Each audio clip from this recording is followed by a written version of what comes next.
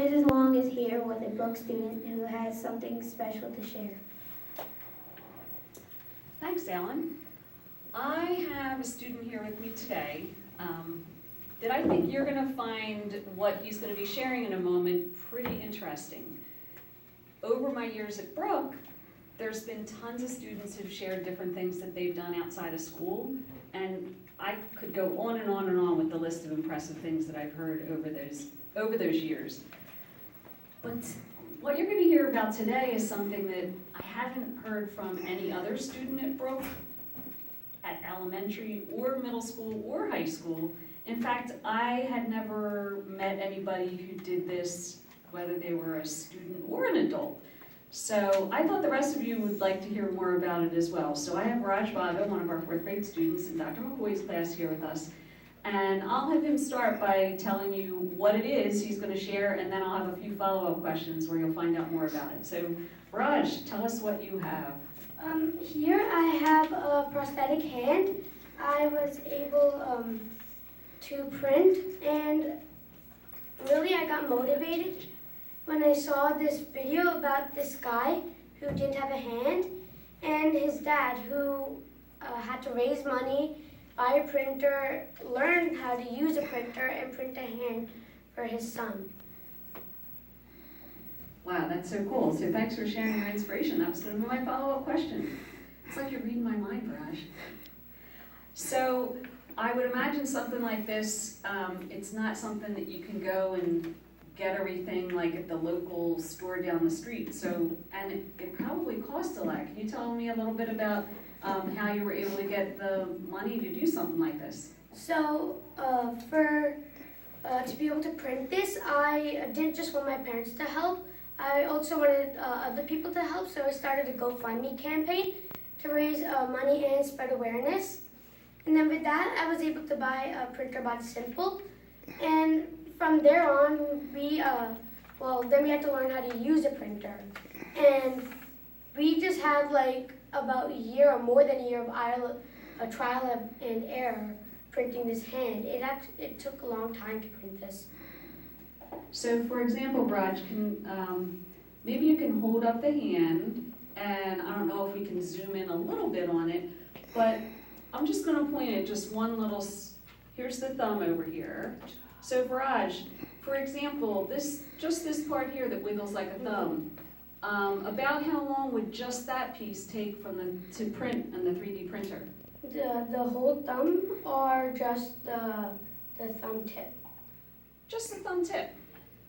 That would take about 5 minutes, but this is one of the harder pieces actually. It might be one of the smallest, but it's one of the hardest. Because over here, let me take this off. Here, I can hold them. Over here, it's printing like this. Here, the plate's like this. And over here, there's no support to keep it up. So it gets bumpy and ridgy. And just like with all the other pieces, when that happens, the extruder where the plastic comes out of can get clogged. And then this comes off the plate and sticks to the extruder and everything gets ruined. And could you just demo how all the moving parts move? Because they kind of go so fluidly, people might miss out on it. So maybe show how you can do like one finger at a time and how you can do it all as a hand grasp. You couldn't really do one finger at a time, but it works by they don't have a hand. So when their hand goes like this, they're bending their wrist. So that pulls it like this, which pulls the string and causes tension. That pulls the fingers and causes the fingers to curl up. Wow, pretty impressive.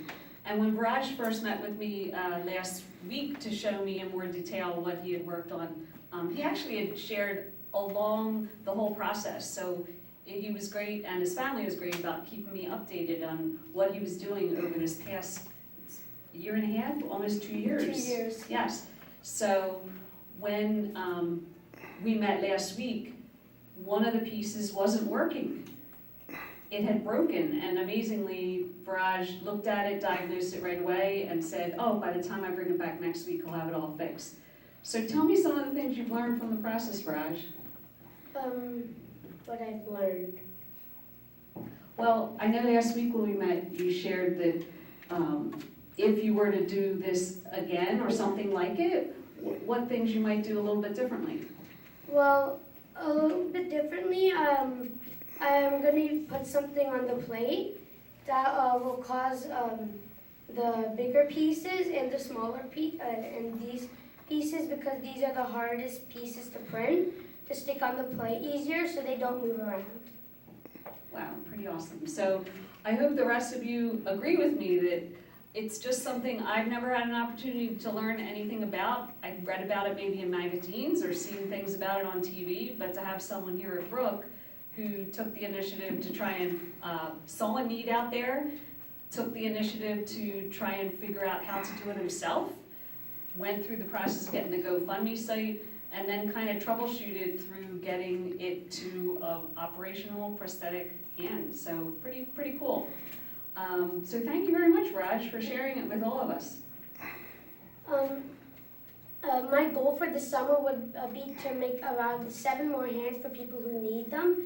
And now I'm a certified hand builder with e-nable. So e-nable is one of the largest volunteer companies that connect with other people, and we make hands for people who need them all around the world. Well, thanks, Raj. That was awesome. We're going to pass off now and continue our news with our weather person. Over to weather.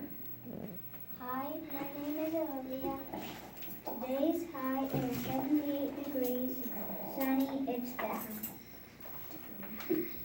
Hi, my name is Luke. Tonight's low is 52 degrees, mostly clear. Good morning, this is Anya. Please join us for the pro-social pledge.